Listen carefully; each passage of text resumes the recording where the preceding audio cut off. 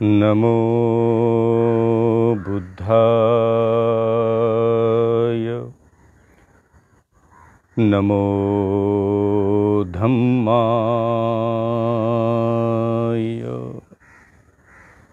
नमो संघाय,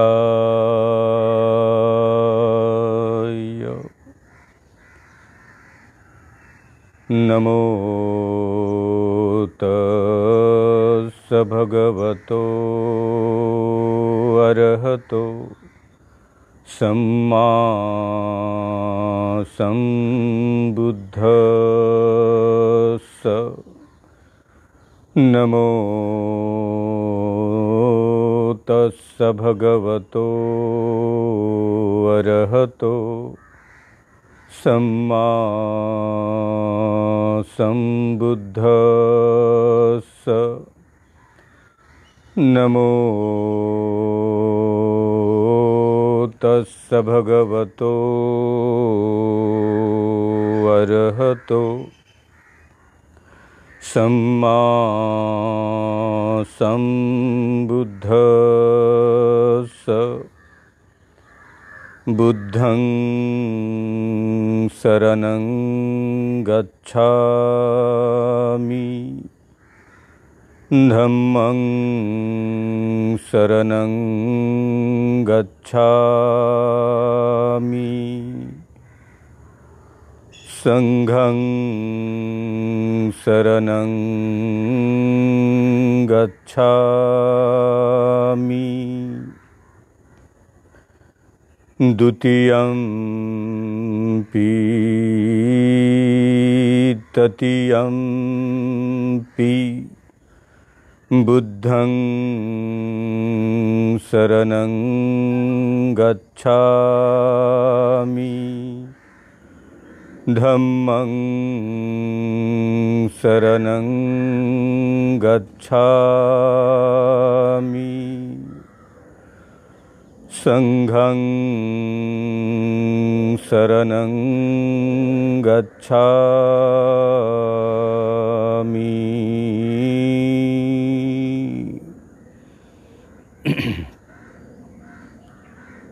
साधु साधु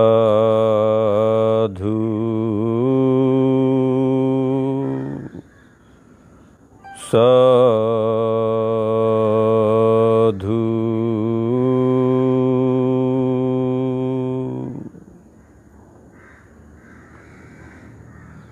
प्रिय सद्धम्मातीत सज्जन हो, धम्म पिपासु, श्रद्धा संपन्न, शील संपन्न, धम्म अभ्यासक, सुज्ञ, जानकार, दिशा दर्शक, बौद्ध उपासक उपासिका, बालक तथा बालिका, प्रिय सज्जन हो, वर्षावास 2020, बुद्धाब्द वर्ष 2564 आणि या समग्र 3 महिन्याच्या प्रवासामध्ये आता आपण समापनाच्या दिशेने वाटचाल करीत आहोत. आज वर्षावास 2020 मधील ही अंतिम धम्मदेशना असेल. शेवटचा हा धम्मोपदेश राहील की जो वर्षावासाच्या संदर्भात आपण संपन्न करीत आहोत. 5 जुलै 2020ला जो प्रारंभ झाला ते आता येणाऱ्या रविवारी म्हणजे 18 ऑक्टोबर 2020ला आपण समाप्त करीत आहोत. आणि आज त्याच धम्मदेशनेच्या सिरीजमधील हा शेवटचा भाग, अंतिम धम्मदेशना वर्षावास 2020, की आज आर्य अथांगिको मग्गो याच्यामधील 8वं अंग सम्मा समाधी राईट समाधी, राईट कॉन्सन्ट्रेशन, सम्मा समाधी, सम्यक समाधी या एका श्रेष्ठ बुद्धांनी या निसर्गाला दिलेल्या श्रेष्ठ आणि उत्तम एका दर्जाच्या समग्रवरच्या 7ही अंगाला, म्हणजे अगदी सम्यक दृष्टी, सम्यक संकल्प, सम्यक वाचा, सम्यक कर्मांत, सम्यक जीविका, सम्मा व्यायामो, सम्मा कमंतो, सम्मा सती आणि आज सम्मा समाधी, म्हणजे वरचे जे काही 7ही अंग आतापर्यंत आपण अभ्यासले आहेत,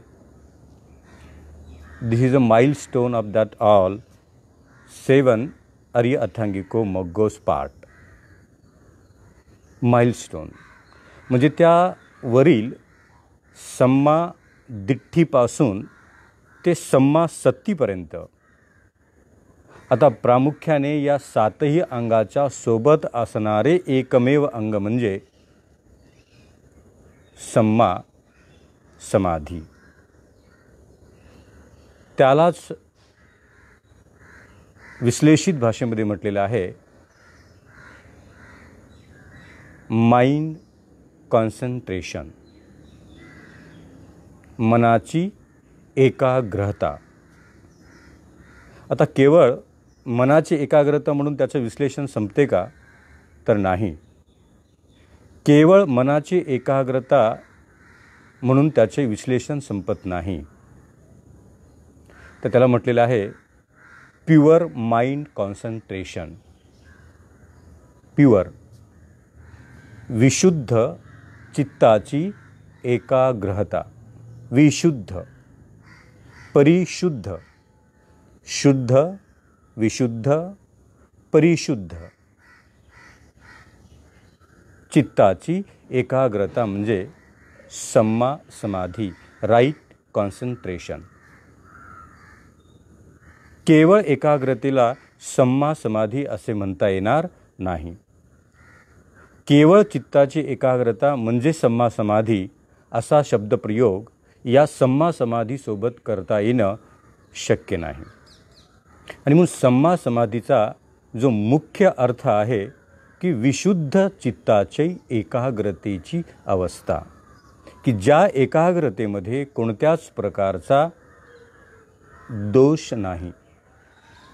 विशुद्ध, शुद्ध, विशुद्ध आणि परिशुद्ध चित्ताच्या अवस्थेतून उत्पन्न झालेल्या एकाग्रतेला स्वयंबुद्धांनी मान्यता दिली की ही एकाग्रता म्हणजे सम्मा समाधी. की जी सम्मा समाधी मनुष्याच्या चित्ताला, मनुष्याच्या चित्त स्वभावास विशुद्धतेकडे घेऊन जाते. आणि या 7ही अंगासोबत जर सम्मा समाधी नसेल तर सम्मा दिठ्ठी विल नॉट कंप्लीट.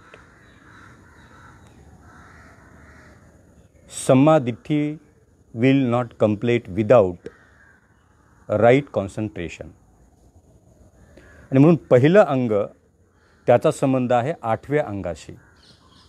सम्मा संकप्पो दुसरे अंग त्याचा संबंध आहे 8व्या अंगाशी, सम्मा समाधी.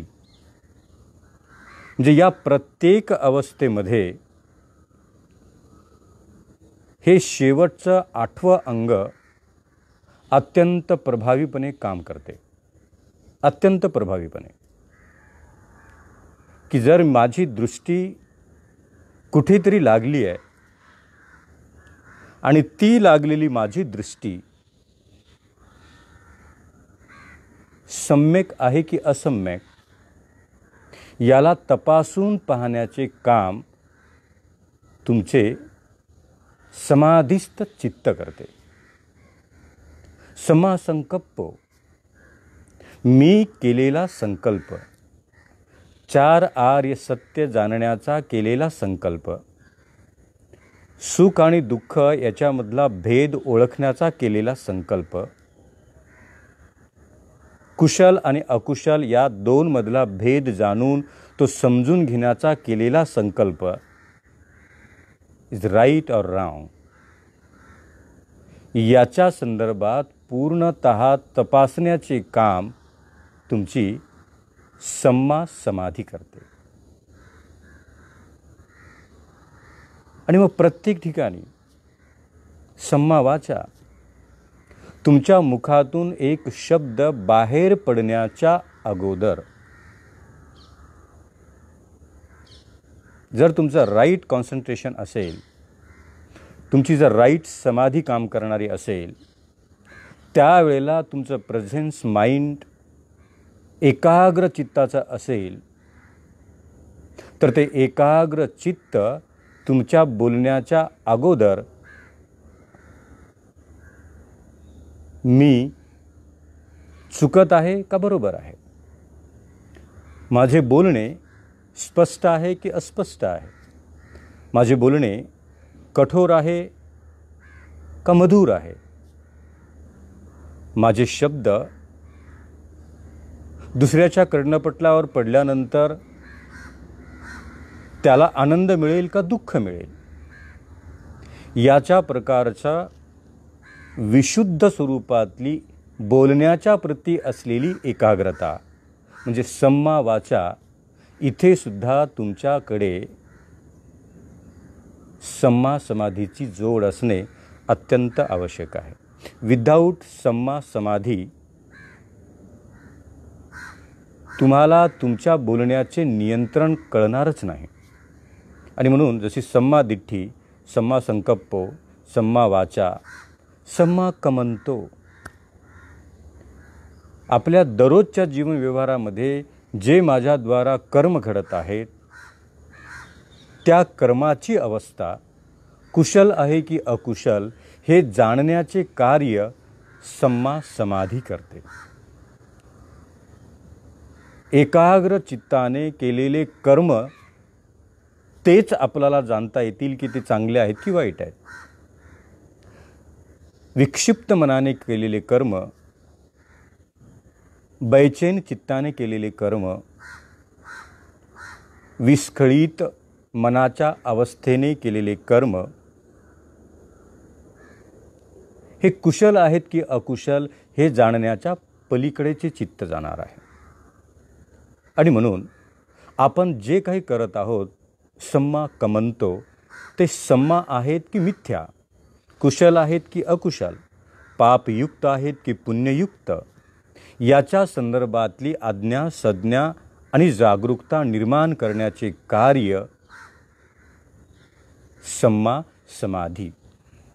विशुद्ध मार्गाला लागलेले चित्त हे विशुद्ध मार्गाच्या चित्ताच्या अवस्थेमध्ये तुमच्या माझ्या समग्र निसर्गातील सत्वांच्या कल्याणार्थ उत्पन्न झालेल्या कर्माच्या अवस्थेला जाणण्याचे कार्य सम्मा समाधीच्या द्वारा केल्या जाते.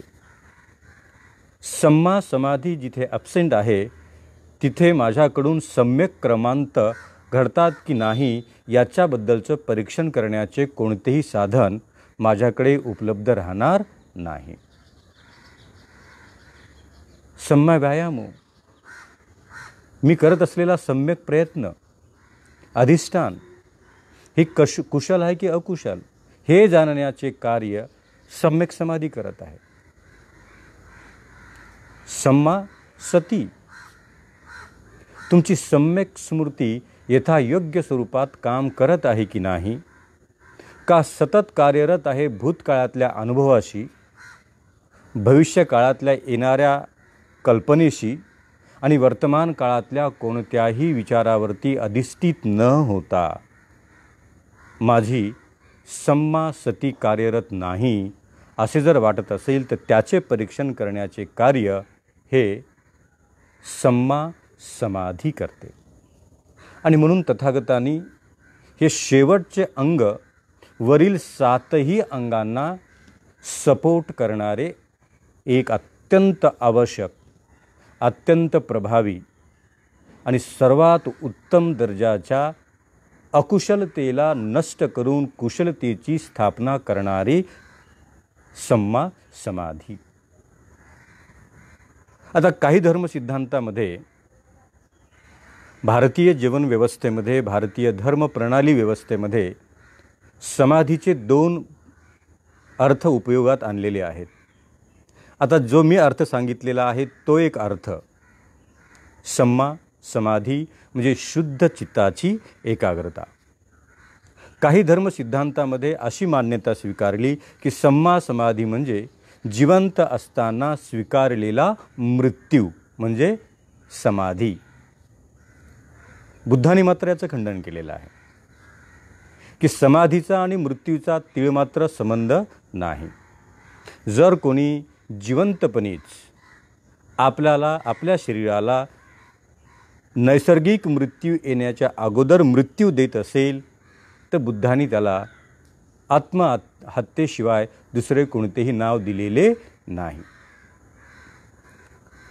मी सुरुवातीलाच म्हटलेलं आहे की ही एक प्रकारची बुद्ध म्हणतात सम्मा समाधी किंवा समाधी नसून ती एक प्रकारची स्वतःच्या जीवनात प्राप्त झालेल्या जन्माच्या प्रती विद्वेष उत्पन्न करून स्वतःचं आयुष्य संपविणे, सुसाईड करणे, आत्महत्या करणे याच्या व्यतिरिक्त दुसरे कोणतेही याला नाव देणे बुद्ध म्हणतात योग्य नाही.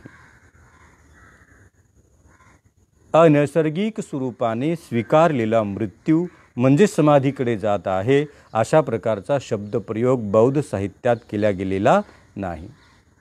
मृत्यूच्या अगोदर, मृत्यू येण्याच्या अगोदर याचाच अर्थ आता चित्त मोठं प्रभावीपणे कार्यरत आहे. तुम्ही जिवंत आहात, मी जिवंत आहे याचा अर्थ माझं चित्त कार्यरत आहे. त्या चित्ताच्या अवस्थेचे कार्यरतपणाचे त्याचे जे काही गुण आहेत, एक तर ते विस्कळीतपणे कार्यरत राहील, बैचैनपणाने कार्यरत राहील, दुरंगमा स्वरूपात कार्यरत राहील, अनाकलनीय स्वरूपात कार्यरत राहील किंवा एकाग्र चित्त स्वरूप ते कार्यरत राहील. या समग्र शरीर यंत्रणेवरती, या शरीर इंद्रिय प्रवासावरती, व्यवस्थेवरती चित्ताचा पूर्ण कंट्रोल राहील. पूर्ण दृष्टी, जिव्हा, नसिका,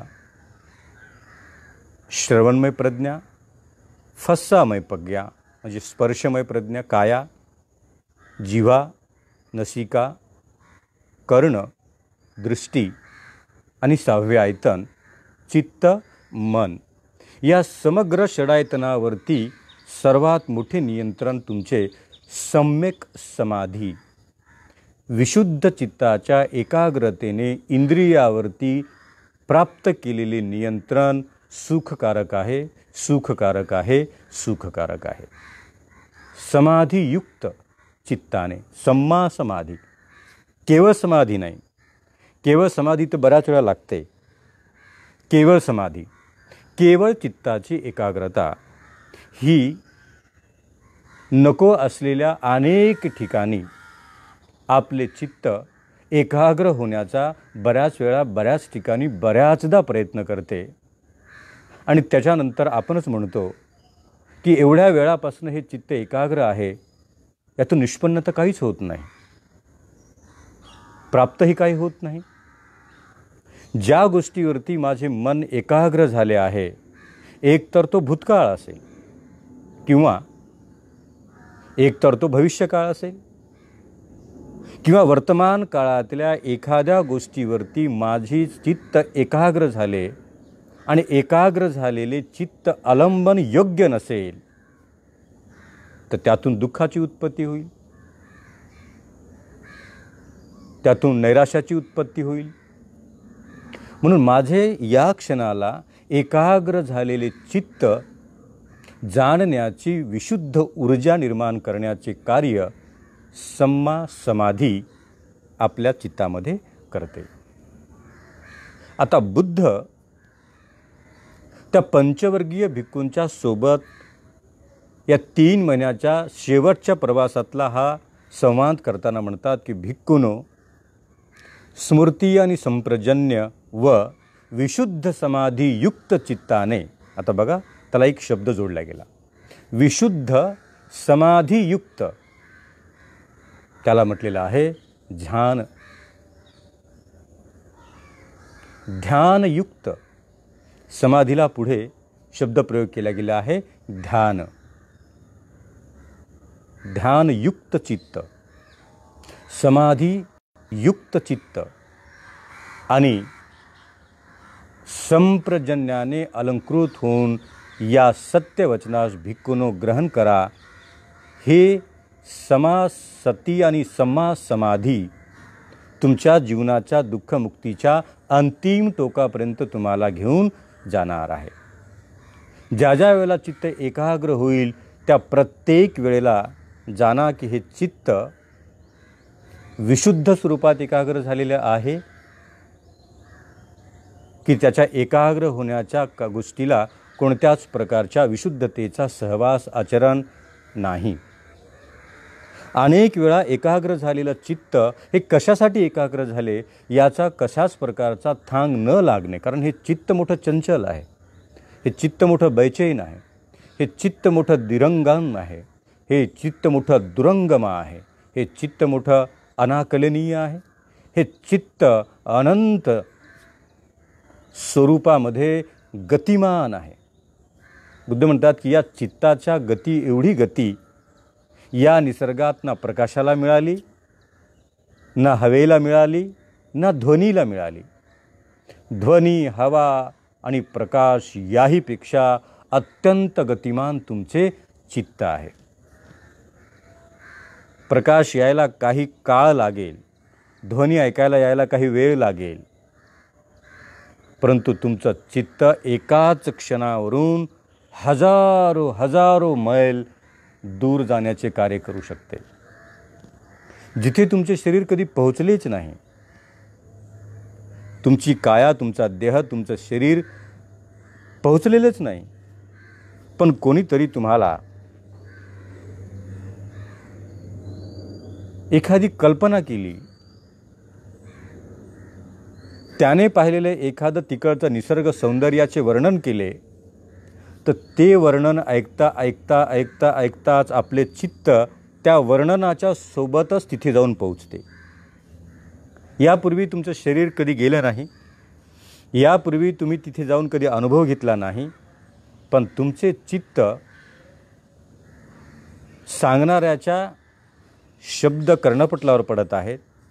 कर्णपटलावर पडलेले शब्द आपण श्रवण करून आपल्याला मिळालेली श्रवणमय प्रज्ञा चित्ताकडे जाऊन ट्रान्सफर करत आहे. चित्त एकाग्र होत आहे, समाधिस्थ होत आहे.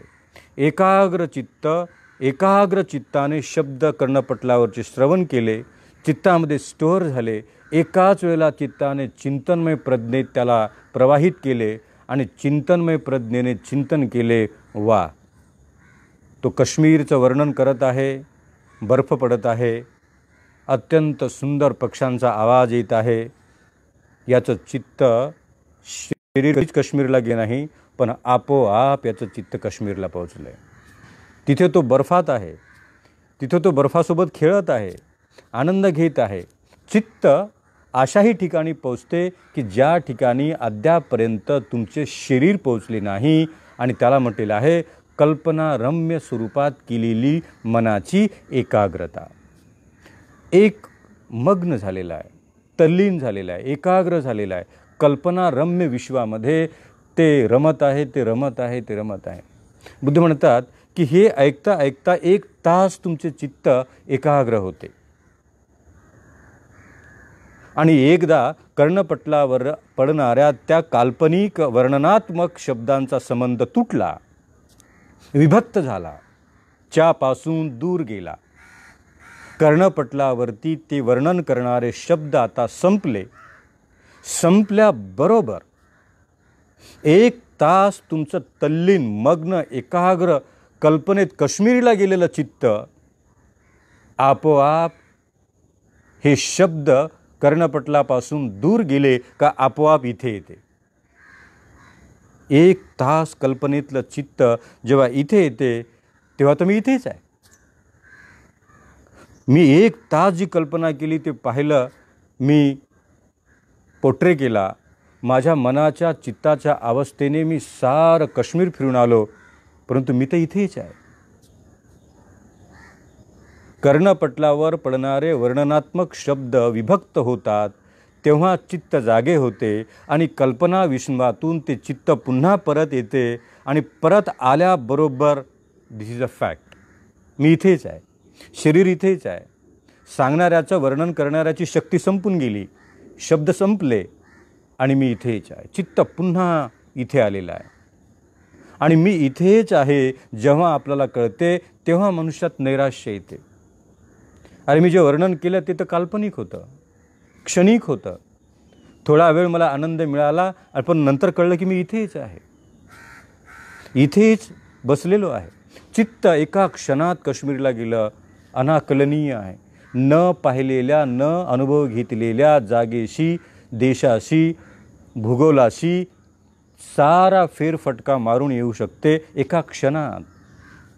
ज्याचं चित्त मोठं चंचल आहे, बुद्ध म्हणतात की अशा चंचल चित्ताला समाधीयुक्त चित्ताची, ध्यानयुक्त चित्ताची नितांत गरज आहे. ध्यानयुक्त चित्तच, समाधीयुक्त चित्तच त्या चंचल चित्ताला स्थिर करण्याची अवस्था प्राप्त करून देऊ शकते. आपण जेवढे म्हणून आहात, प्रत्येकाच्या चित्ताच्या चंचल अवस्थेची गती प्रत्येकाच्या प्रमाणे भिन्न स्वरूपात आहे. आणि समाधी एकाच क्षणाला, एकाच वेळेला, एकाच ठिकाणी शक्य तितक्या लवकर मनाची एकाग्रता करण्याची शक्ती, मनाला स्थिर करण्याची शक्ती, हेही जेवढे म्हणून आपण आहात त्या प्रत्येक व्यक्तीप्रमाणे, आपापल्या स्वतःच्या प्रमाणे, त्या क्षमतेप्रमाणे चित्त समाधिस्थ करण्याची शक्ती आहे, सामर्थ्य आहे, ऊर्जा आहे. म्हणून बुद्धाने म्हटलं की आपण 5 आहात.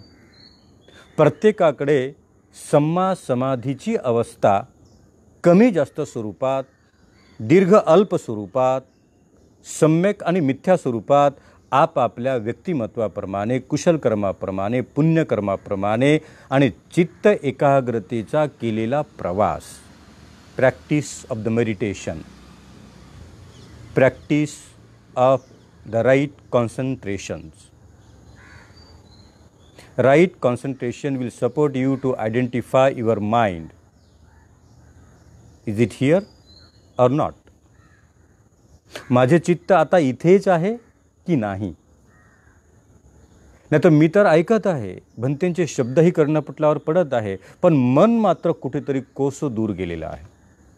मी काय सांगत आहे याच्याशी तेवढासा संबंध राहणार नाही. मधून माझे शब्द तुमच्या कर्णपटलापर्यंत जातील. कर्णपटलावर पडणारे शब्द ध्यानयुक्त चित्ताकडे जाणार नाहीत. ध्यानयुक्त चित्ताने जर ते ग्रहण केलेच नाही तर ते चिंतनमय प्रज्ञेकडे जाणार नाहीत. जर ते चिंतनमय प्रज्ञेकडे गेलेच नाही तर भिक्खू आपल्याला काय सांगत आहेत याचा कोणताही समाधिस्थ चित्ताला थांग पता लागणार नाही. म्हणून बऱ्याच वेळेला आपण आपले मत व्यक्त करतो, बऱ्याच वेळेला आपण आपली भावना व्यक्त करताना असे म्हणतो की कित्येक मोठ्या प्रमाणामध्ये मी माझे चित्त एकाग्र करण्याचा प्रयत्न करतो, अनेक वेळा वाचतो, अनेक वेळा लिहितो, अनेक वेळा मोठ्याने ऐकतो, पण चित्तपटलावरती त्याचा कोणत्याच प्रकारचा परिणाम होत नाही. वर्षभर अभ्यास केलेला विद्यार्थी ऐन वेळेच्या एक्झामच्या दरम्यान त्याचे सारे माइंड ब्लँक होते, तो ब्लॉक होऊन जातो. मी वर्षभर काय अभ्यास केला, कोणत्या विषयाचा केला, कोणत्या प्रश्नाचे कोणते उत्तर आहे याच्यामधला कोणताच भेद ऐन वेळेवरती कळत नाही. याला बुद्धाने म्हटलेलं आहे चित्त विक्षिप्त स्वरूपाच्या अवस्थेत माणसाची स्मृती कामच करत नाही. आणि म्हणून तुमच्या स्मृतीला एकाग्रतेची अवस्था जोपर्यंत प्राप्त होत नाही तोपर्यंत तुम्ही ठरवलेले, ऐकलेले, पाहिलेले श्रवण केलेले, ज्या ज्या प्रज्ञा तुम्ही जाग्या केल्यात त्या प्रत्येक प्रज्ञेच्या, दृष्टिमय प्रज्ञा, जिव्हामय प्रज्ञा, नसिकामय प्रज्ञा, श्रवणमय प्रज्ञा, फस्सामय प्रज्ञा आणि चित्तमय प्रज्ञा, या षडायतातून उत्पन्न झालेल्या प्रत्येक प्रज्ञेला जाणून घेण्याची क्षमता मात्र केवळ सम्मा समाधीकडे आहे.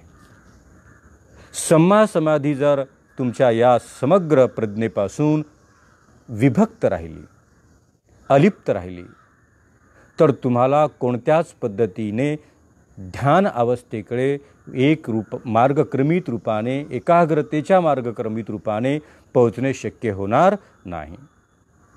आणि म्हणून स्वयं तथागत बुद्धांनी त्या पंचवर्गीय भिक्खूंना उपदेश देताना मोठा आग्रह केला की भिक्खूनो, तुमच्या दुःखमुक्तीकडे अंतिम स्वरूपाने तुम्हाला घेऊन जाण्यासाठी तुमच्या चित्ताची शुद्ध, विशुद्ध, परिशुद्ध, आता या 3 शब्दामध्ये मोठा भेद आहे.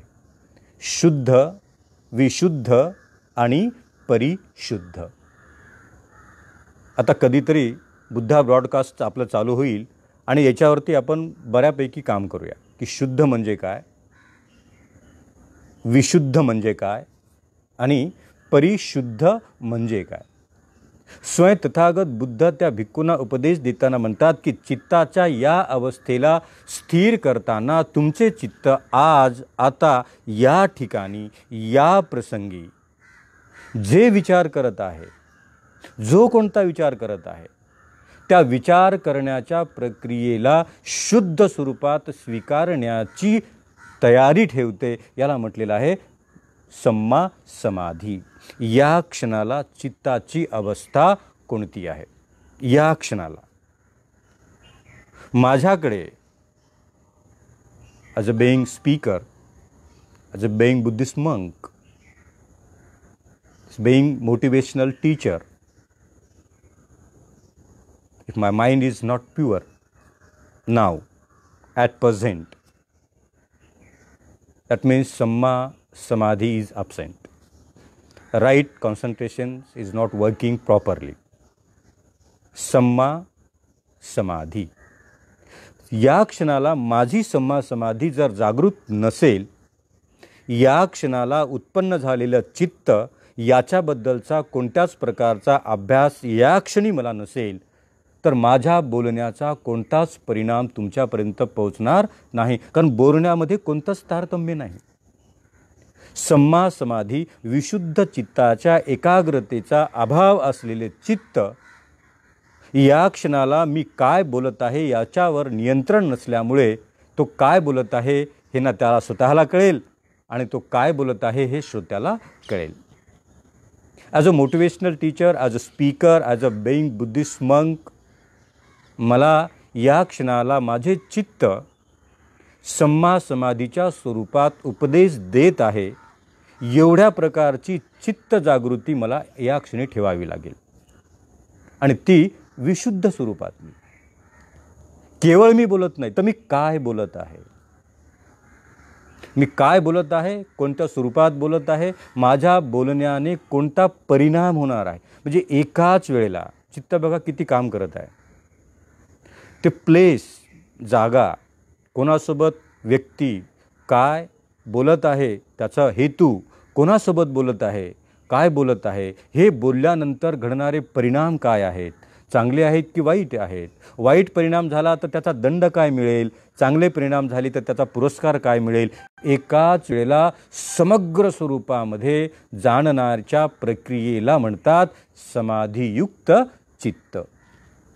सम्मा कमंतो की मी एखादे कर्म करत आहे आणि जे कर्म करत आहे त्या कर्म करण्याच्या प्रारंभीच एक चित्त उत्पन्न झालं की हे कर्म चांगले आहेत की वाईट आहेत, शुद्ध आहेत की अशुद्ध आहेत, शुद्ध आहेत की परिशुद्ध आहेत, दोषयुक्त आहेत की दोषमुक्त आहेत, विकारयुक्त आहेत की विकारमुक्त आहेत. हे कर्म कुठे केल्या जातात, जागा कोणती आहे, प्लेस कोणता आहे. बघा, समाधीयुक्त चित्त कर्म करण्याच्या मायक्रो सेकंडमध्ये आपल्याला एवढे सारे प्रश्न विचारत आहे. म्हणून जाणा प्रत्येक काम करताना तुमचे चित्त तुम्हाला प्रश्न विचारत आहे की नाही. कोणतंही काम, आयुष्याच्या प्रवासात लिखाण होत आहे, वाचन होत आहे, स्पीकर म्हणून तुम्ही बोलत आहात, एखादी गृहिणी म्हणून स्वयंपाक करत आहात, किचनमध्ये आहात, एखादे दर्शक म्हणून एखादा चित्रपट पाहत आहात, एखादं दृश्य पाहत आहात, एखादं नाटक पाहत आहात, एखादी सिरियल पाहत आहात, जे काही तुम्ही करत आहात त्यावेळेला जे करतानाच्या निमित्तानं जर स्वतःचे चित्त तुम्हाला त्या मायक्रो सेकंडमध्ये जर प्रश्न विचारत नसेल आणि तुम्ही फ्लोमध्ये करत आहात, सहज पाहत आहे, तो पाहत आहे म्हणून मी पाहत आहे, समाधियुक्त चित्त अब्सेंट आहे, तो खात आहे म्हणून मी खात आहे, तो लिहित आहे म्हणून मी लिहित आहे, तो मी का करतो आहे, मी हे कर्म करण्याच्या पाठीमागे हेतू काय, मी कुठे कर्म करत आहे, कोणाच्या संदर्भात हे कर्म करत आहे, हे कर्म चांगले आहेत की वाईट आहेत, हे कर्म केल्यानंतर त्याचे परिणाम काय होणार आहेत, जर वाईट परिणाम झाला तर त्याचा दंड काय असू शकेल, आणि चांगले परिणाम जर झाले तर त्याचा पुरस्कार कोणता मिळणार असेल. म्हणजे सम्मा कमंतोच्या संदर्भात सम्मा कमंतोला मोटिवेट करणारं, जागृत करणारं, विशुद्ध मार्ग देणारं काम तुमची सम्मा समाधी करते. कर्म घडण्याच्या अगोदर एकदा कर्म घडले की आता समाधीयुक्त चित्ताच्या हातात काही राहिलेले नाही. आणि म्हणून बुद्ध म्हणतात की चित्त अवस्थेला एकाग्र स्वरूपात असलेल्या, स्थिर स्वरूपात असलेल्या, एकाग्र आणि स्थिर स्वरूपात रूपाने घडलेल्या कर्माला, ते कर्म घडण्याच्या अगोदर कर्मविपाक आणि कर्म सदृश्यता म्हणजे कर्माचे नेचर आणि कर्माचे परिणाम, विपाक म्हणजे परिणाम, या दोन्ही गोष्टीची अनुभूती एकाच वेळेला चित्त करून देते. एकाच वेळेला. जसं की एखाद्या सामान्य माणसाला 300-350च्या पुढे शुगर आहे आणि डॉक्टरांनी सांगितलं की हे बघा, तुम्ही थोडी जरी साखर प्रमाणाच्या वर ग्रहण केली तर तुम्हाला धोका आहे. हा माणूस दररोज प्रयत्न करत आहे, एवढा कॉन्शियस होत आहे, इतका एकाग्र होत आहे, काही जरी झालं तरी आपल्या साखरेचं प्रमाण वाढू द्यायचं नाही म्हणून तो कॉन्शियस आहे, काळजीत आहे. आणि तो इतका काळजीमध्ये आहे, इतका कॉन्शियस आहे की प्रत्येक ठिकाणी तो त्या साखरेच्या प्रमाणामध्ये आपल्या स्वतःला तो एकाग्र करून घेत आहे. कधीतरी चित्त उत्पन्न झालं आणि त्याची अत्यंत प्रिय, आवडती एखादी साखर गोड असलेली, अत्यंत गोड असलेला पदार्थ त्याला प्राप्त झाला आणि तिथे समाधीयुक्त चित्ताने अब्सेंट राहण्याचे ठरवले. राहिले अब्सेंट राहिल्याबरोबर त्याने ग्रहण केलं. आता ग्रहण करताना म्हणजे कर्म घडत आहेत, इथे समाधीयुक्त चित्त नाही, एकाग्र चित्त नाही, विशुद्ध चित्त नाही, समाधी जर इथे अब्सेंट आहे तर त्याचे कर्म सरळ घडत आहेत. तो गुलाबजामू घेत आहे, हातात घेत आहे, हातातून इथे आणत आहे, तोंडापर्यंत आणत आहे. बुद्ध म्हणतात इथपर्यंत नेल्यानंतरही जर तुमची समाधी जागी झाली तर तो तिथून पुन्हा खाली ठेवता येईल की नाही. मला डॉक्टरांनी हे वर्ज्य केलेलं आहे, याच्यापासून मी अलिप्त राहिलो पाहिजे. म्हणजे जिभेच्या अंतिम टोकावरती गुलाबजामू ठेवण्याच्या अगोदर जरी समाधीयुक्त चित्त उत्पन्न झाले तर ते कर्म घडण्यापासून मनुष्य अलिप्त राहू शकतो आणि मुखाच्या जवळ नेलेला गुलाबजामू पुन्हा एकदा खाली ठेवू शकतो. जर समाधीयुक्त चित्त, एकाग्र चित्त, माझ्याद्वारा घडणारे साखरेचं प्रमाण वाढवणाऱ्या या पदार्थाला मी सेवन करत आहे आणि मी जर ते सेवन केलं तर परिणाम काय होतील? 2 परिणाम होतील. एक चांगला परिणाम होईल, एक वाईट परिणाम होईल. वाईट परिणाम झाला तर काय होईल? दंड मिळेल. साखरेचं प्रमाण वाढलं तर माझे परिणाम वाईट होतील, स्वास्थ्य खराब होईल आणि स्वास्थ्य खराब होईल, हाय शुगर झाली तर कोण जाणे मला स्ट्रोक येऊ शकेल. म्हणजे याचाच अर्थ साधं गणित आहे, साधं उदाहरण आहे, साधा अनुभव आहे, दररोजच्या आयुष्यातला आहे. चित्त ज्या ज्या ठिकाणी अब्सेंट राहिलं त्याच ठिकाणी तुमच्या हातून, तुमच्या कायेने, वाचेने आणि मनाने, काया, वाचा आणि मन या द्वारा तेव्हाच दोष घडतो जेव्हा सम्मा समाधी आपल्या चित्तापासून दूर जाते. ध्यानयुक्त चित्त, एकाग्र चित्त, केवळ एकाग्र नाही, विशुद्ध मनाच्या अवस्थेने एकाग्र झालेलं चित्त तुम्हाला साऱ्या दुष्कर्मापासून अलिप्त ठेवू शकते, च्यापासून दूर ठेवू शकते, च्यापासून निसर्ग करू शकते, च्यापासून अलिप्त ठेवू शकते. जर तुमचे चित्त ध्यानयुक्त चित्त असेल कर्म घडण्याच्या अगोदर. एकदा कर्म घडले की आता त्या ठिकाणी कोणत्याच प्रकारचा कितीही जरी मोठ्या प्रमाणात प्रयत्न केला तरी आता एकदा जर घडलेले कर्म असतील, एकदा मुखातून शब्द बाहेर पडला, बोलता समाधियुक्त चित्त कुठपर्यंत काम करत आहे. जिभेवर शब्द आला, बोलू का नको बोलू, कित्येक वेळेला आपल्या आयुष्यात हे घडतं बघा. कित्येक वेळेला practically we are all human being and we have that experience every day, everywhere. Maybe in your family life, maybe in your business life, in your office life, कुठेतरी मित्रामध्ये, मैत्रिणीमध्ये, नातेवाईकामध्ये, सभेमध्ये, डायसवरती कुठेतरी जिभेवरती शब्द आला आणि कंट्रोल केलं असतं तर बरं झालं असतं, पण कंट्रोल झाला नाही आणि तो मुखातून बाहेर पडला. कंट्रोल करेपर्यंत म्हणजे जिभेतून बाहेर, मुखातून बाहेर पडेपर्यंत समाधीचं काम चालू असते. एकदा का तुमच्या मुखातून तो शब्द बाहेर पडला की आता समाधी म्हणते आता केवळ परिणाम आहेत, आता केवळ परिणाम आहेत, शब्दाचे परिणाम. शब्द व्यक्त करण्याच्या अगोदर समाधीयुक्त चित्ताने जाणा की ते शब्द कसे आहेत. एकदा शब्द तुमच्या मुखातून बाहेर पडले की आता केवळ परिणाम आहे. जर तुमच्या मुखातून बाहेर पडलेला शब्द योग्य असेल तर निसर्ग पुरस्कार देईल. जर तुमच्या मुखातून बाहेर पडलेला शब्द कठोर असेल, अनुचित असेल, अपशब्द असेल, वाईट असेल, चुगली करणारा असेल, व्यर्थ बडबड करणारा असेल तर आता इथे मात्र निसर्ग तुम्हाला दंडच देईल. दंड मिळाला याचा अर्थ सम्मा समाधीने तुमच्यासोबत काम केलेले नाही. आणि म्हणून बुद्धाने म्हटलं की कर्म, काया, वाचा आणि चित्त या 3 स्त्रोतातून घडण्याच्या पूर्वी आपल्या समाधीला जागृत करा आणि मग कर्म. समाधीयुक्त चित्ताने केलेले कर्म कधीच दंड देऊ शकत नाहीत. आणि समाधी व्यतिरिक्त उत्पन्न झालेलं चित्त आणि विस्कळीत, बेचैन, विचलित अशा चित्तामधून उत्पन्न झालेल्या कर्माने दंडच मिळू शकेल. कारण चित्त कर्म करताना विस्कळीत होते, बेचैन होते, दुरंगमा होते, अनाकलनीय होते, त्याचा थांगच लागला नाही. आणि मग माणूस म्हणतो मला असे बोलायचे नव्हते, मी बोलला गेलो, मला असे करायचे नव्हते, माझ्याकडनं हे केल्या गेलं, मला असे वागायचे नव्हते पण वागलो.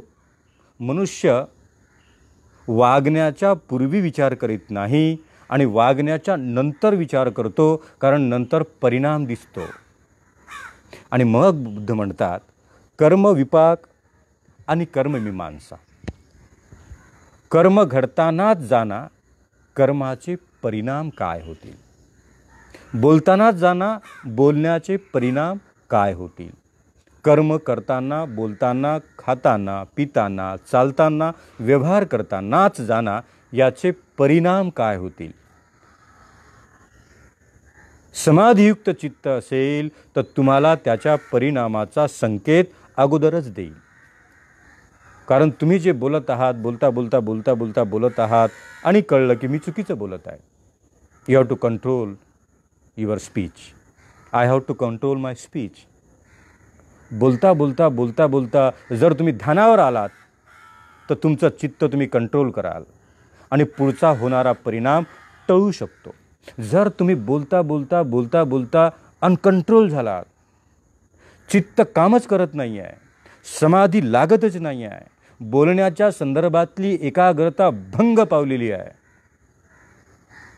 आणि त्या बोलण्याच्या प्रक्रियेतून मोठे विपाक, दंड देणारे परिणाम तिथे तुम्हाला मिळू शकतात, कारण बोलण्यावर तुमचे नियंत्रण नव्हते. सम्मा समाधी, समाधियुक्त चित्त, एकाग्र चित्त, ध्यानयुक्त चित्त आपल्याद्वारा घडणाऱ्या कर्मावरती नियंत्रण करते.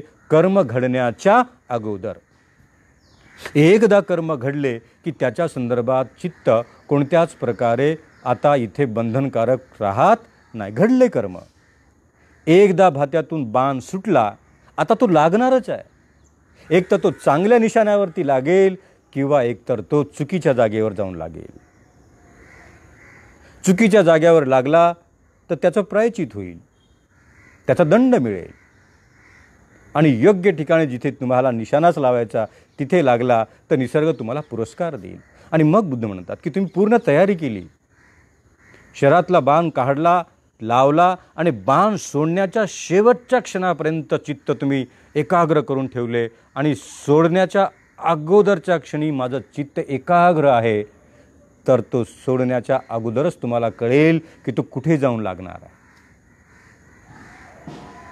एकाग्र चित्त कर्म घडण्याच्या पूर्वीच आपल्याला संकेत देते की तुमचे कर्म काय दंड देणार आहेत का पुरस्कार. एखादा चालक वाहन चालवत आहे, ॲक्सिलेटरवरती त्याचा पाय आहे, कुठल्या तरी वेगळ्या चित्तामच्या धुंदीत आहे, ड्रायव्हिंग करण्यावरती त्याचं पूर्ण नियंत्रण नाही. पाहता पाहता त्याचा स्पीड 80वरून 100वर गेला, हा दुसराच विचार करत आहे. 80वरून 100वर गेला, 100वरून 120वर गेला, याचं चित्त कुठेतरी वेगळंच काम करत आहे, कुठल्या तरी विचारात आहे.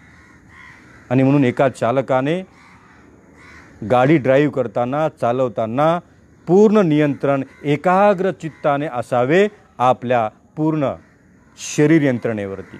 डोळे एकाग्र आहेत, कान एकाग्र आहेत, आवाजसुद्धा ऐकत आहेत, मागून येणाऱ्या गाडीचा आवाज, बाजूने जाणाऱ्या गाडीचा आवाज तेही ऐकत आहेत. माझी काया, माझा एक पाय ॲक्सिलेटरवरती आहे, कम्प्लिटली त्याचा स्पीड किती आहे, या साऱ्या गोष्टीवरती त्याचं नियंत्रण आहे. याच्यातला एक जरी ध्यान, एकाग्रता, पायाची एकाग्रता, डोळ्याची एकाग्रता, ऐकण्याची एकाग्रता, ड्रायव्हर म्हणून एक जरी एकाग्रतेचा भंग झाला, अपघात होणे अटळ आहे. म्हणून एका चालकाला ड्रायव्हिंग करताना त्याची, अन्यथा त्याची ती अवस्था आपल्याला अपघाताकडे घेऊन जाऊ शकते. आणि म्हणून आत्ताच्या क्षणी मी स्टेरिंगवरती आहे, हातात स्टेरिंग आहे, पायाखाली ॲक्सिलेटर आहे, स्पीड माझा 80वरती आहे, एवढा स्पीड ठीक आहे, एवढे म्हणून त्याने जर मनाची एकाग्रता करून आता प्रवास करत आहे, योग्य ठिकाणी योग्य सुखकर रूपाने त्याला पोहोचता येईल. जर अनियंत्रित चालक, अनियंत्रित वाहनाचा वेग आपोआप वाढत नाही, आपोआप नाही वाढत. माझा पाय त्याच्यावरती पडलेला आहे, मी जास्त प्रेशर दिला आहे, ॲक्सिलेटर वाढवलेला आहे, 80ची 100, 100ची 120 आणि 120वर गेल्यानंतरही अजूनही माझं चित्त जागृत झालं नाही, तर अपघात होऊन त्याचा मृत्यू, अपघातात काहीतरी दुखापत, गाडीचे नुकसान, सारच्या सारे परिणाम होणे अटळ आहे. परंतु त्याच्या काही क्षणा अगोदर 120च्या स्पीडवर पोहोचलेली गाडीचा स्पीड त्याने पाहिला आणि तेवढ्यातच तो जागा झाला. मायक्रो सेकंडमध्ये त्याचं चित्त जागे झाले आणि स्पीड कमी केला. जर मी हा स्पीड कमी केला नाही तर कोण जाणे दुसऱ्या गाडीवर जाऊन मी आदळू शकेल, अपघात होईल. अपघात झाला तर एक तर मी मरेल किंवा मी कोणाला तरी मारेल, माझ्या गाडीचं नुकसान होईल, माझे आर्थिक सारे एका क्षणात त्या चित्ताने जर पाहिलं तर आपोआप आपल्या वाहनाचा स्पीड, गती कमी होईल आणि होणारा अपघात टळण्याची शक्यता आहे. सम्मा समाधी. कर्म घडताना जागृत असलेले ध्यानयुक्त चित्त होणाऱ्या घडणाऱ्या तुमच्या अकुशल पापयुक्त दंडयुक्त कर्माचे नियंत्रण करू शकते कर्म घडण्याच्या अगोदर. एकदा कर्म घडले की आता ध्यानयुक्त चित्ताचे इथे कोणतेही नियंत्रण राहत नाही. शब्द सुटला, कर्म घडले, बाण सुटला, एकदा सुटला तर त्याला कुठे जाऊन लागायचं आता मात्र बुद्ध म्हणतात तुमच्या नियंत्रणात नाही. म्हणून काय पाहावे दृष्टीने, समाधीयुक्त चित्ताने काय पाहावे. म्हणून बुद्धाने सुंदर उदाहरण दिलं धम्मपदामध्ये की एखादा बगळा नदीच्या तीरावरती इतका शांतपणे उभा आहे की तो त्याचा एक पंखसुद्धा इकडे तिकडे हलू देत नाही. त्याची चित्ताची अवस्था आहे की पाण्यातून आलेला फिरत फिरत आलेला मासा इतक्या बारीक पद्धतीने त्याची मी पकड करावी, ते माझं भोजन आहे. आता बुद्ध म्हणतात की एकाग्र झालेलं चित्त हे कोणाला तरी मारण्यासाठी झालेलं आहे, कोणाची तरी हत्या करण्यासाठी एकाग्र झालेलं चित्त हे कधीच समाधी होऊ शकत नाही. कारण अकुशल कर्म करण्यासाठी एकाग्र झालेलं चित्त हे कधीच तुम्हाला ध्यानयुक्त चित्त म्हणता येणार नाही. जसा तो पाण्याच्या तीरावरती उभा राहिलेला बगळा पाण्यातून येणाऱ्या माशाची वाट पाहतो आणि मी इतका निश्चल आहे, एकाग्र आहे, स्थिर आहे की मी कोणत्याच प्रकारचं हालचाल होऊ देत नाही आणि एका क्षणात just go to discovery and just check out की त्याचा जो स्पीड आहे, त्याची जी गती आहे कर्म करण्याची की इतक्या क्षणात तो त्याला पकडतो आणि त्याची ती पूर्णतः हत्या करतो. हत्या करण्याच्या संबंधी उत्पन्न झालेल्या चित्ताच्या एकाग्रतेला बुद्धांनी सम्मा सती म्हटलेले नाही, कधीच नाही. सम्मा सती कोणाची हत्या घडवूच शकत नाही. बुद्ध म्हणतात की कधी कधी कुशल कर्मापेक्षाही अकुशल कर्म करताना चित्ताची एकाग्रता मोठी दांडगी असावी लागते, मोठी अनंत स्वरूपात.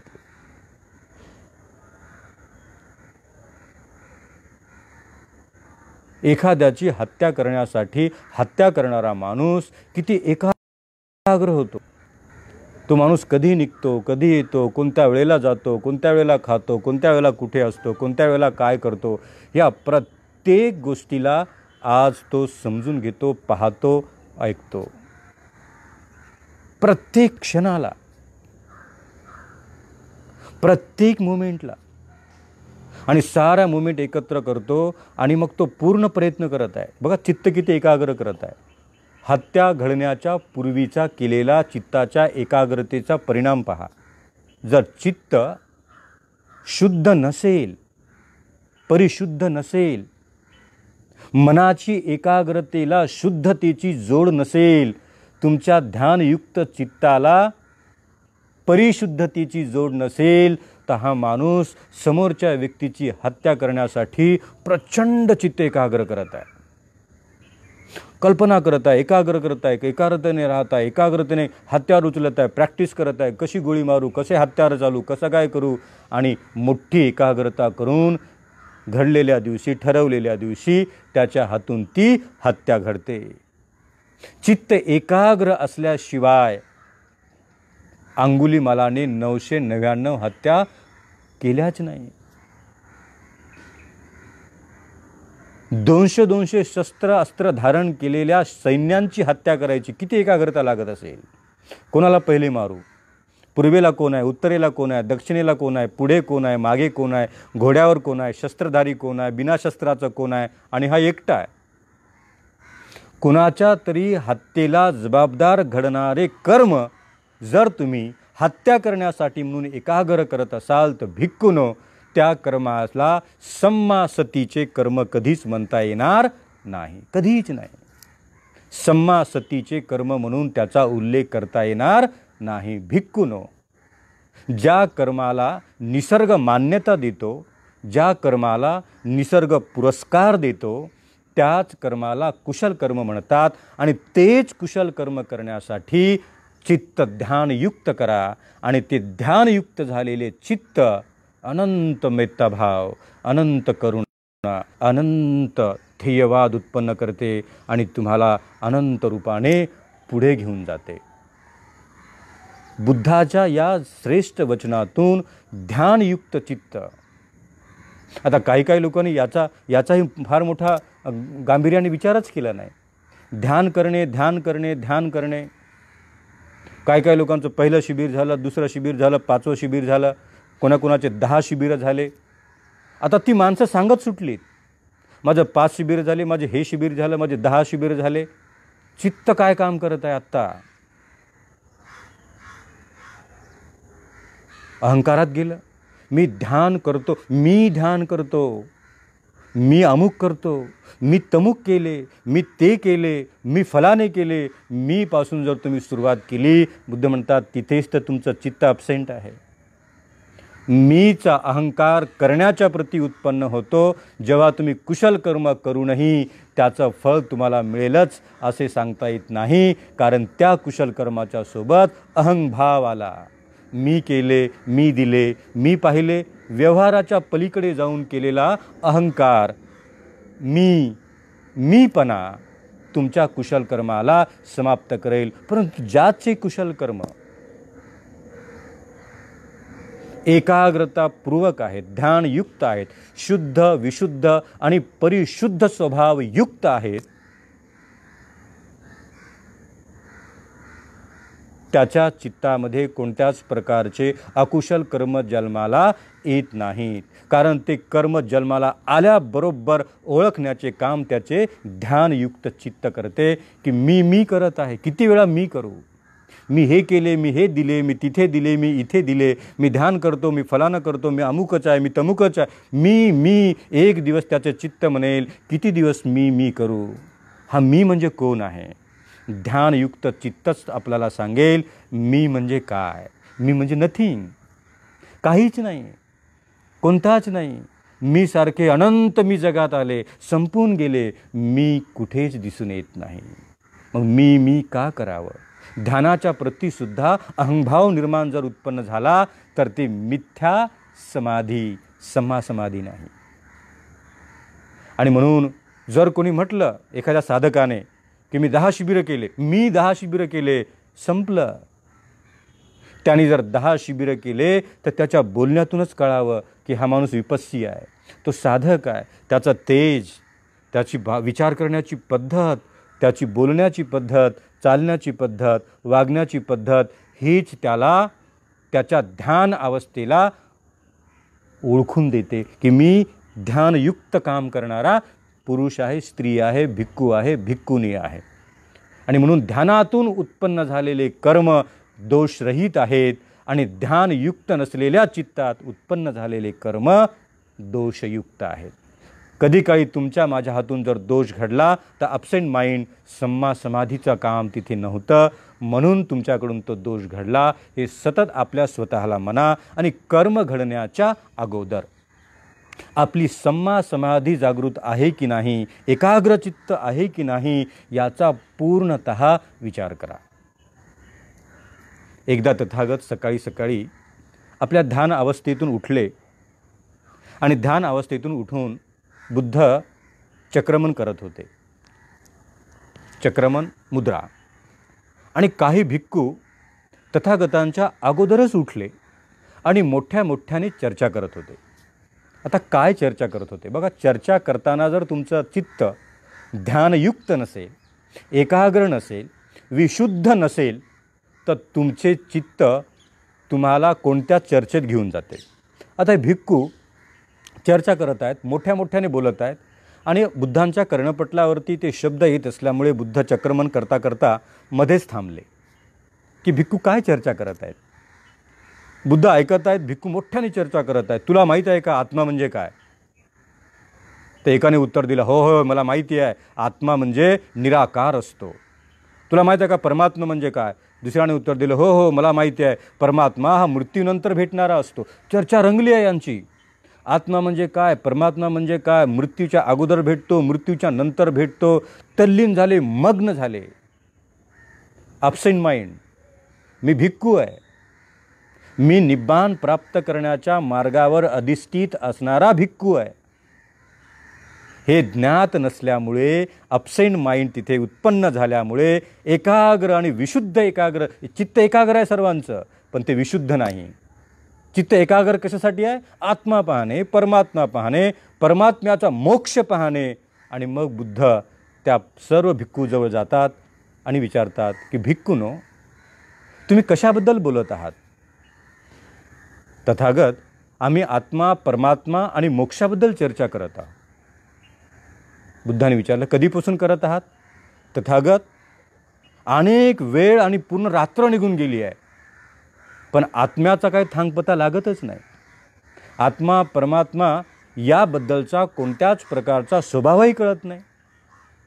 आता बुद्ध पुढचा प्रश्न विचारतात की काय ही तुमची चर्चा कधी संपेल असे वाटते? भगवान, कोण जाणे, ही चर्चा कधी संपेल असे काही सांगताच येणे शक्य नाही. बुद्ध म्हणतात, इथे जर भिक्खूनो तुमची समाधी जागृत असती तर तुमच्या चर्चेचा प्रारंभ कोणता, म्हणजे ती कधी सुरू झाली? तुमच्या चर्चेचा मध्य कोणता, आता ती मध्यावर आली. आणि तुमच्या चर्चेचा शेवट कोणता हे तुम्हाला समजले असते. ध्यानयुक्त चित्ताने केलेली चर्चा आणि विमर्श प्रारंभ कुठे झाला, त्याचा मध्य कुठे आहे आणि त्याचा अंत कुठे होतो याची जाणीव करून देते. आणि विशुद्ध चित्ताने न केलेली चर्चा तुम्ही कुठे सुरू झालात, त्याचा मध्य कुठे आहे आणि त्याचा अंत कुठे होणार आहे याचा कोणत्याच प्रकारचा अंदाज तुम्हाला देत नाही. म्हणजे याचा अर्थ तुमचे चित्त आणि चर्चा आता ध्यानयुक्त रूपाने केल्या जात नाही. म्हणून जे जे काही कार्य तुमच्या माझ्या हातून काया, वाचा आणि मन, तीनच जागा आहेत. काया, वाचा आणि मन. कायेने घडणारे 3, वाचेने घडणारे 3 आणि मनाने घडणारे 4. या समग्र दस, दुष्य आणि पुण्य कुशला या कर्मावरती नियंत्रण ठेवण्याचे पूर्ण कार्य हे सम्मा समाधी, समाधीयुक्त चित्ताने केल्या जाते. आणि हे समाधीयुक्त चित्त 4 पद्धतीने उत्पन्न होते. प्रथम ध्यान युक्त चित्त, द्वितीय ध्यान युक्त चित्त, तृतीय ध्यान युक्त चित्त आणि चतुर्थ ध्यानयुक्त चित्त. प्रथम ध्यान, द्वितीय ध्यान, तृतीय ध्यान आणि चतुर्थ ध्यान. या चित्ताच्या 4 ध्यान अवस्था Buddha broadcast will explore this all meditation, first, second, third and fourth meditation अवस्था. आता आपल्याला आयुष्यभर हे करायचं आहे. साधारणतः हे शेवटचं प्रवचन वर्षावासातलं आहे, पण आपली मालिका आता संपणार नाही. प्रत्येक रविवारी संध्याकाळी 7 ते 8 बुद्धा ब्रॉडकास्ट यूट्यूब चॅनलवरनं ती कायम रूपाने प्रत्येक रविवारी आपल्याला ती लाईव्ह स्वरूपात, रेकॉर्डेड स्वरूपात, लेण्यांच्या स्वरूपात म्हणून त्याचे काही प्रोग्राम आम्ही तयार करत आहोत. आदरणीय सहसंपादक आयुष्यमान जाधव सर आणि आम्ही बसून काही त्याचे सेगमेंट तयार केलेत. ते सेगमेंट आहे की टॉक विथ मंक, म्हणजे ज्यांचा माझ्यासोबत इंटरव्ह्यू होणार आहे त्या सेगमेंटला नाव दिलं आहे टॉक विथ मंक. लेण्यांच्या संदर्भात जे काही कार्यक्रम होणार आहेत त्याला नाव दिलं आहे 11 sound of the Buddha caves. याच्याबद्दलची माहिती होणार आहे. त्याचबरोबर जे काही इन्फॉर्मेटिव्ह असतील त्याला म्हटलेलं आहे प्रीचिंग ऑफ द बुद्धा. ज्या दिवशी इंटरव्ह्यू नाही, ज्या दिवशी बुद्धांचे लेण्यांचा कार्यक्रम नाही, त्या दिवशी तथागताच्या अनंत ध्यानाच्या अवस्थेवरती preaching of the Buddha, talk with monk, 11 sound of the Buddha caves अशा प्रकारचे अलग अलग आणि अत्यंत इन्फॉर्मेटिव्ह, चित्ताला एकाग्रता देणारे, अत्यंत आवश्यक ह्या जनरेशनला असणारे कार्यक्रम संपन्न होतील. आणि पहिला इंटरव्ह्यूज हा साधारणतः 18 तारखेनंतरच्या पुढच्या संडेला आपल्याला पहिला इंटरव्ह्यू तुम्हाला ऐकायला मिळेल. पॅनलिस्ट, एक्सपर्ट पॅनलिस्ट आहेत आयुष्यमान वरिष्ठ अधिकारी जाधव साहेब, संदीप जाधव, आणि त्यांचा इंटरव्ह्यू घेणारे म्हणजे टॉक विथ मंक म्हणून ते मी त्यांचा इंटरव्ह्यू घेणार आहे. विषय आहे doctor Babasaheb Ambedkar and today's generation. Doctor Babasaheb Ambedkar आणि विद्यमान काळातील पिढी या बाबतीतलं अत्यंत सुंदर 1 तासाचं विश्लेषण इंटरव्ह्यूच्या माध्यमातून होणार आहे. म्हणून मला मोठा आनंद होत आहे की आपण सतत काहीच खंड न पडू देता अनेकांवरती आपल्यावरती संकट आलेत. प्रभाकर जाधव असतील, खैरे सर असतील, अनेक लोक संकटातून बाहेर पडले, पण याला खंड पडू दिला नाही. भंते या समग्र 15 सप्ताहामध्ये कधी आजारी पडले नाही. भंतेंना कोणत्या प्रकारची व्याधी आली नाही. कोणतंच व्यत्यय न येता या समग्र 15 प्रवासामध्ये अत्यंत स्तुत्य कार्यक्रमाचं आयोजन आपण केलं. तुम्ही मला साथ दिली. तुम्ही श्रोतावर्ग म्हणून ऐकत राहिलात. मी उपदेश देत राहिलो. अनेक उपक्रमाबाबत आपण दानही दिलं. तुमच्याच दानावरती अनेक भिक्खू आणि आम्ही या कोविड-19च्या प्रवासात सर्वाईव्ह करू शकलो. तुम्ही जर काही दिलंच नाही तर मला ऊर्जा मिळणार नाही. मला ऊर्जा मिळालीच नाही तर ना मी माझे दुष्कर्म दूर करेल, ना मी तुम्हाला कोणत्या प्रकारचा उपदेश देण्यास पात्र राहील. म्हणून तुम्ही दिलेलं अन्न, तुम्ही दिलेलं वस्त्र, तुम्ही दिलेली ऊर्जा, तुम्ही दिलेला अर्थ मला फार मोठं पुण्यदायी क्षेत्र म्हणून काम करायला मिळेल. याच माध्यमातून बुद्धा ब्रॉडकास्टसाठी लागणारं सारं साहित्य आपण खरेदी केलं. दायकांचं अनंत अनुमोदन की आपण माझ्या एकाच आवाजावरती उभे राहिलात आणि प्रत्येक सभासदाने दान पाठविले, पुण्य प्राप्त केलं. त्याचबरोबर मी तुम्हाला म्हटलं होतं की 18 तारखेला अजून एक 5 मिनटं आपले घेतो. 18 तारखेला आपला शेवटचा कार्यक्रम होत आहे, म्हणजे पुढच्या रविवारी वर्षावास प्रावारणा सेरेमनी महोत्सव. वर्षावास प्रावारणा समारंभ, त्याला समाप्ती म्हणण्याच्या ऐवजी आपण त्याला प्रवारणा म्हणतो. हा शब्द आहे. वर्षावास प्रवारणा सेरेमनी येत्या 18 तारखेला सकाळी 11 वाजता सुरू होईल. रविवारी पुढच्या 11 ते 1 वाजेपर्यंत सतत 2-2.5 तास, सतत 2.5 तासापर्यंत तो कार्यक्रम चालू राहील. 11 भिक्खूंना निमंत्रित केलं आहे. आदरणीय पूज्य भदंत सुगतजी स्थवीर हे बुद्धलेण्यांचा तिथलं संगोपन करतात नाशिकला.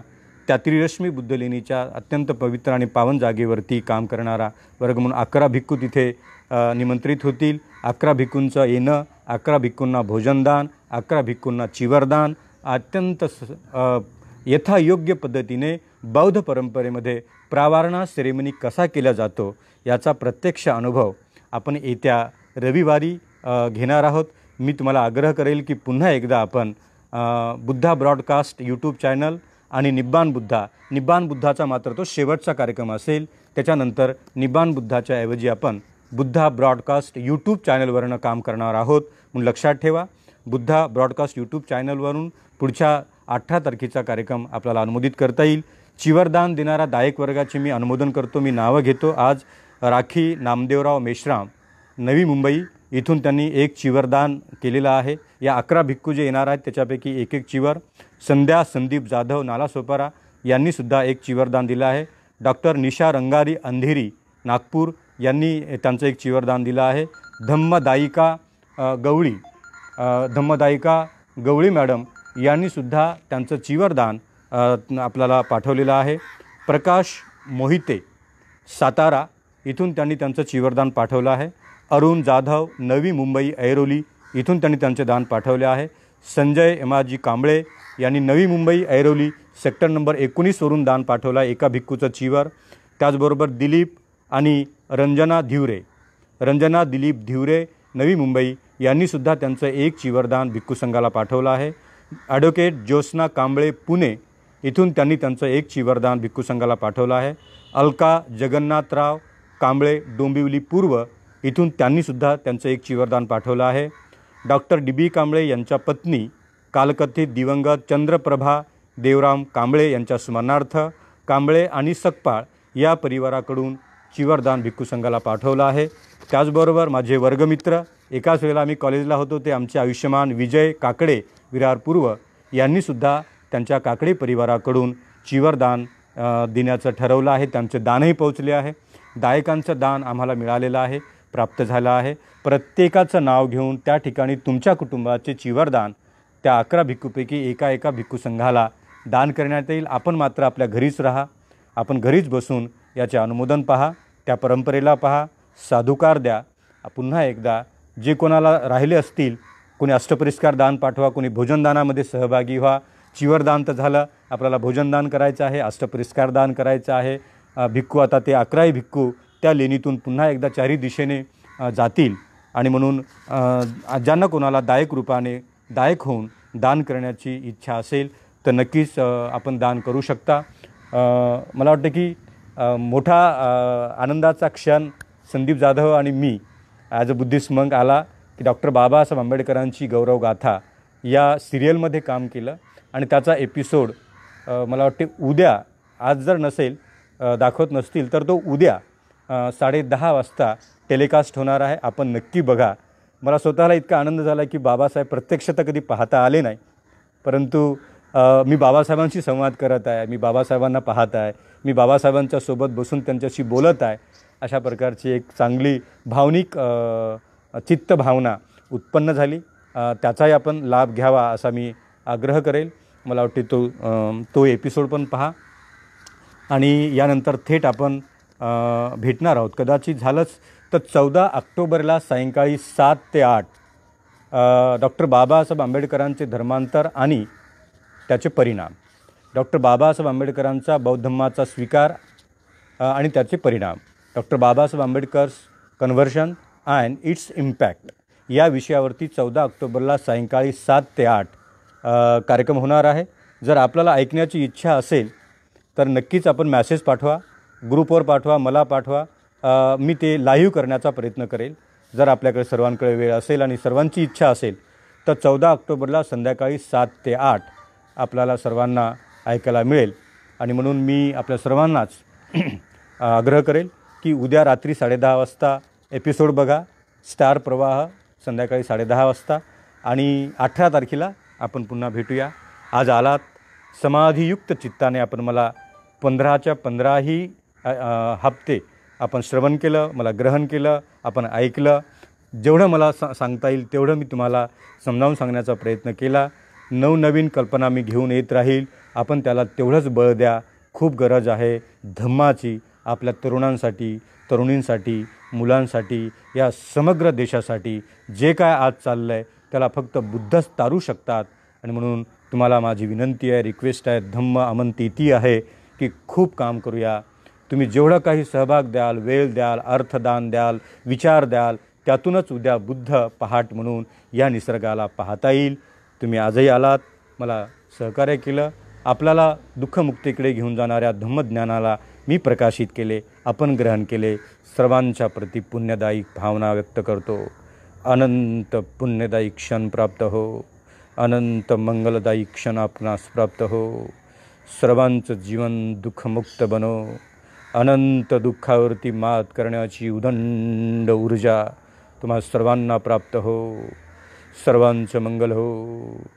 सबितियो विभजन्तु सबरोगो विनाशतु माते भवतन्तरायो सुखी दीर्घायिको भव. साधु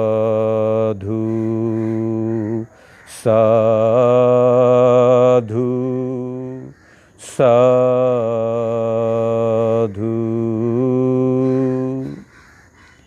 जाण्याच्या अगोदर एक करेक्शन करू इच्छितो. कॅमेरा आणि सर्व दान देणाऱ्या दायकाच्या लिस्टमध्ये ज्येष्ठ उपासिका जिजा मस्के ह्या एक होत्या.